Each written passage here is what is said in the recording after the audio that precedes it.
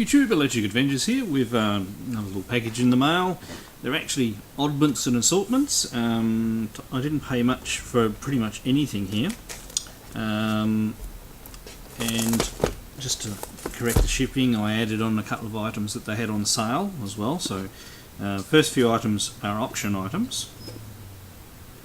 Oh, sorry, they had confused for a sec. Now the first thing title was for MSX, and it's the first in the Dragon Quest series. Now the same places had copies of this available for sale for quite some time, but they've wanted far too much for them, and this is the first copy they've had up for auction, starting at 1 cent. I think I got this for like $10. So it's the very first one in the Dragon Quest series. So it's, you know, a top-down adventure type game. It potentially can be played without knowing some kanji. That's another reason why I've hesitated buying those other copies. So this should be, it's not complete. It doesn't have the manual. I believe the covers, the cover's actually in the case upside down as well. I'll fix that later. But there's the cartridge. It's actually in really good condition. So no manual, they put a bit of padding in there, and the box is in really good condition.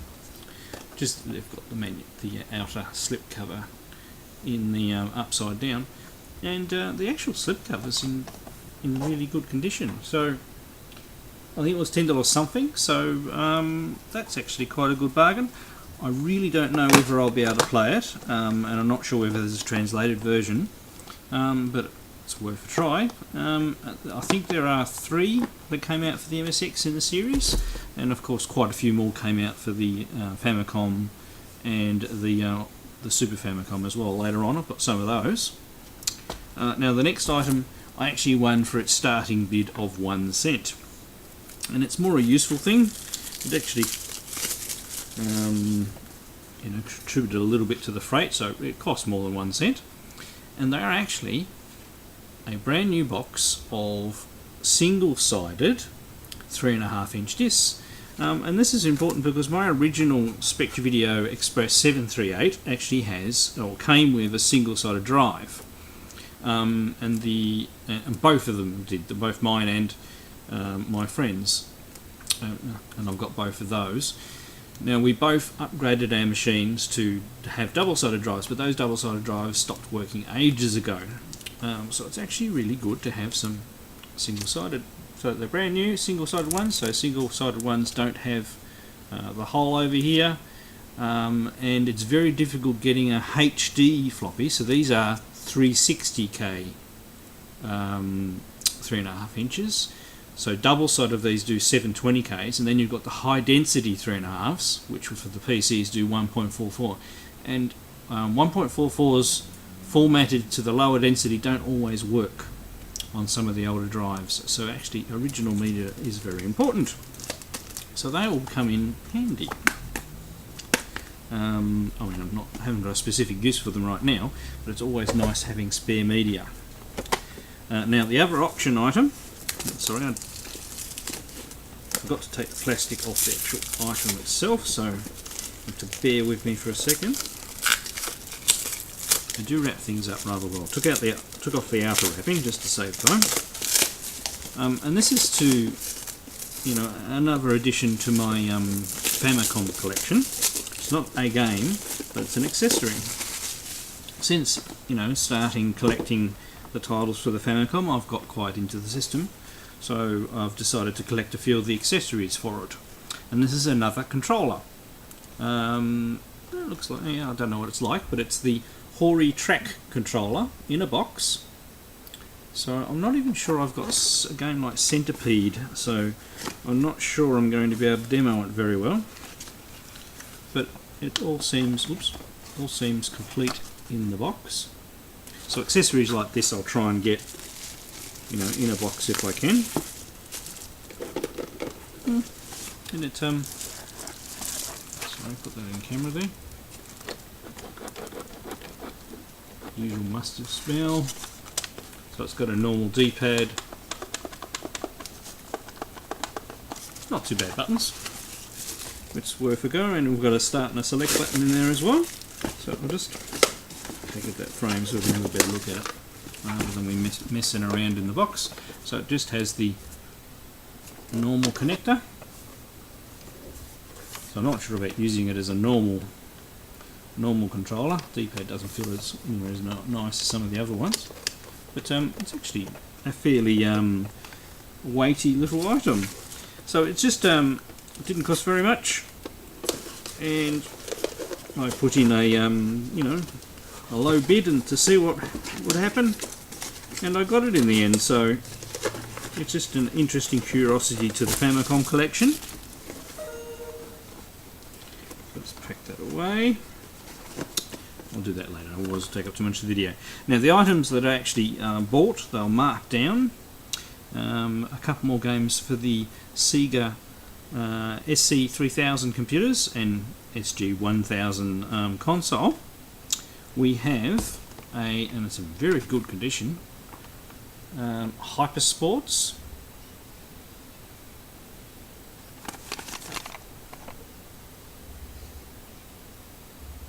The Hypersports games came out for the MSX, so I didn't actually realise up until I saw this that the Hypersports, so there's only the one, I believe, there's not any sequels or anything like that, and I don't know how many events are on there because I can't read the back, but that looks in really good condition. The box has got hardly anywhere at all. Let's open them up. The manual's in there as well. So a little bit of wear on the back of the manual, but otherwise pretty good. So we're going to work. Oh, here we go. We actually have. So we have diving,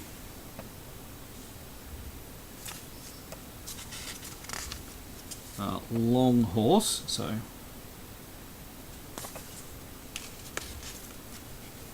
trampoline and horizontal bar.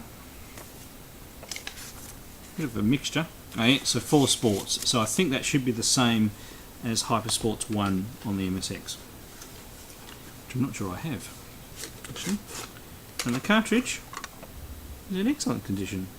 There's quite a few. This is seems to be a very common, SG1000, SC3000 title. I'll put that away later so I don't damage it. So easy to pick up for not very much. And this is another one that seems to be reasonably common. It's another one of the card games, but it's complete, and it's ice hockey. Nice cover. I don't mind, out of all the sports games, I don't mind ice hockey games. Always been fascinated by the sport, obviously never been able to play it. So we have a little tab here, and then we have the manual and the card, so you can get a closer look at the cards.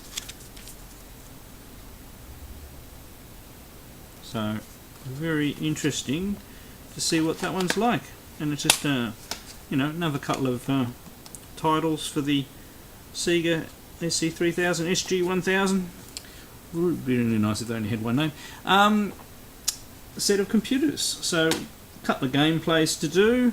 We'll have a little bit of a go at the Dragon Quest and see how we go. As I said, I don't really have a title to test out the trackable, but I'll double check. And otherwise we've got some Sega games to have a gameplay of. Alright, let's go do that. So here we go with Dragon Quest.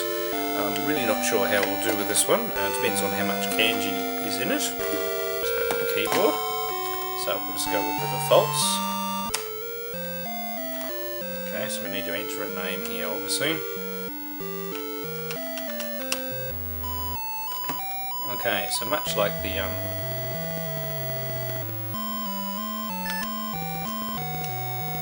probably should have selected fast message speed because I can't read any of this anyway.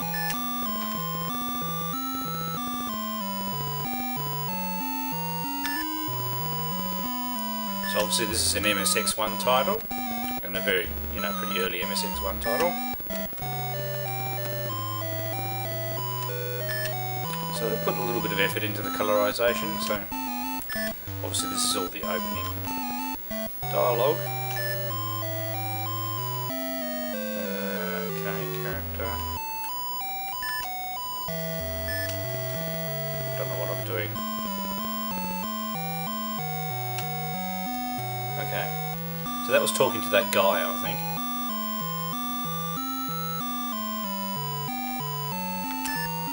Open the chest.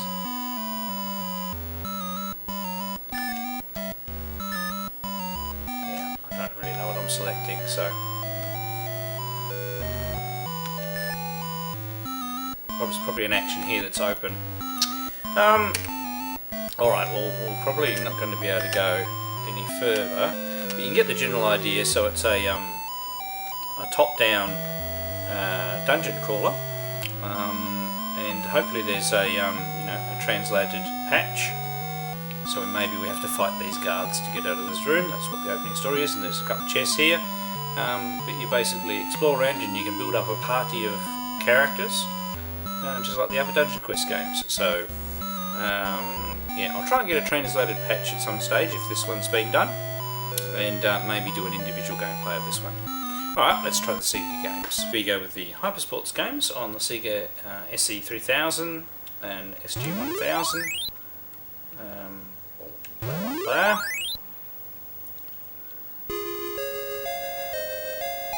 No, I haven't actually played this particular Hypersports on the MSX, so diving, I wouldn't have a clue what I've got to do.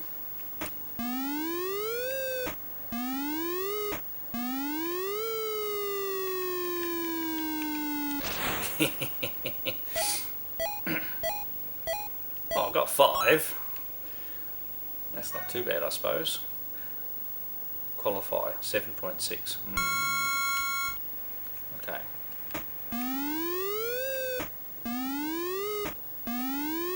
Right, spin, and straight up. I got worse. Also, I need to do more.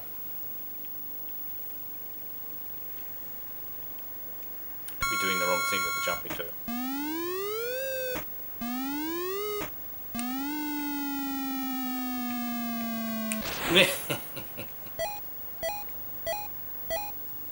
Oh, 3. I'm going in the wrong direction.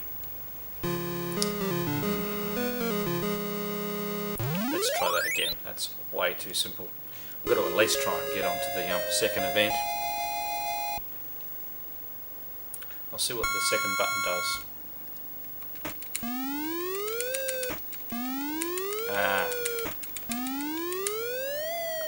Repeatedly tapping the button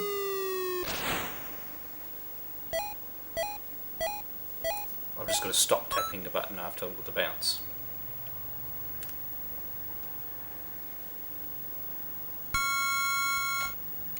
So tap the button lots here.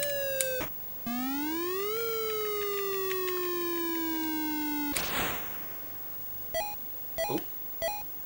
Oh, nasty judge. But we are improving. So 6.4.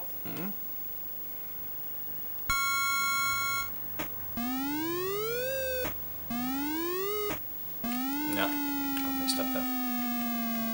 Yeah. Oh dear. Look, I know there's probably should really read instructions, but oh well. I'll just try a second button out of interest. No, it doesn't do anything.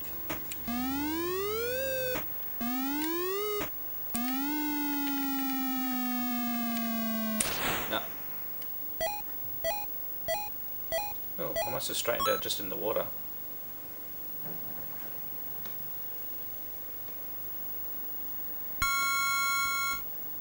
Just hold the button down again.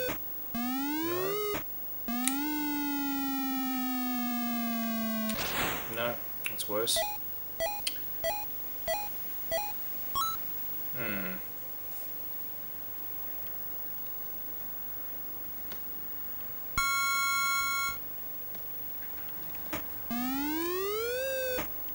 No.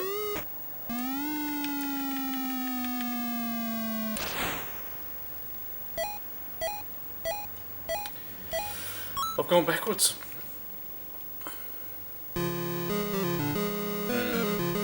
Alright, I relent. I'll be back in a sec. I'll just go read the instructions. Alright, I'm back. I couldn't really work out the instructions. but I've just played with it a little bit more. So I have to tap the button rapidly here, and not after there, and I need to see how many spins I can do by pressing right. Okay, but I still can't get the qualifying score, so we may have to go on with just without seeing the other events. This is the last time I'm trying before.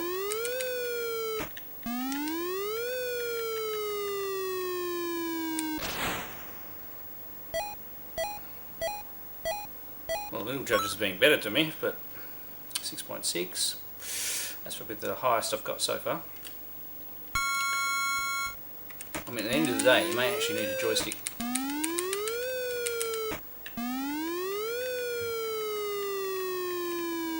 Well, no, bombed it.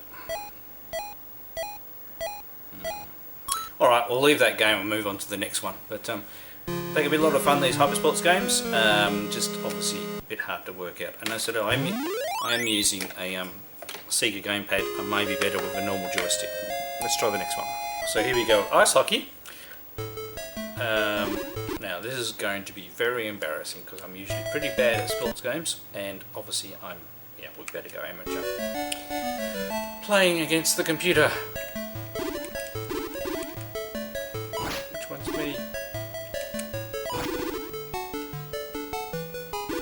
Okay. Right, I'm the orange ones, right, okay.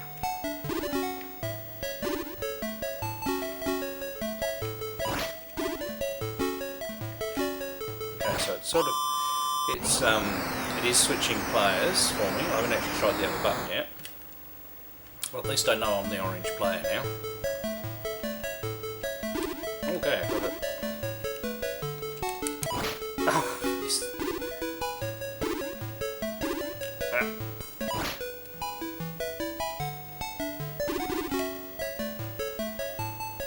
Overshooting all the time. Right, so it does auto-select the player for you.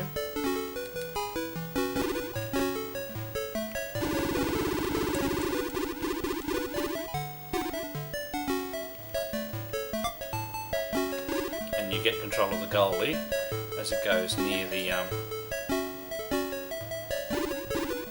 so it's automatically selecting the closest player for me, and I can go to another player.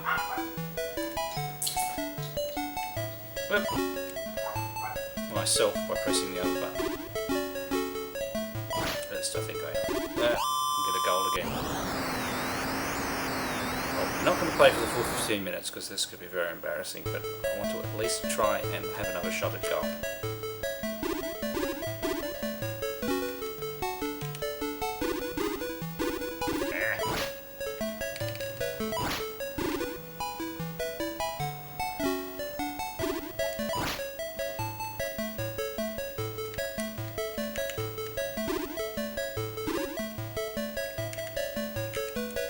I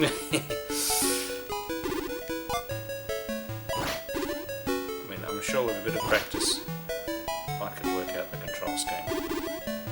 That doesn't look too bad really. I mean, it's not a bad representation of a hockey game, ice hockey game for an 8-bit title. Alright, we'll leave it at that. This has probably gone a little bit too long, but some very interesting games for the 8-bit system. It's always nice when you can get games for older systems like this. Hope you've enjoyed this video. Thanks to all my subscribers, and I'll catch you next time.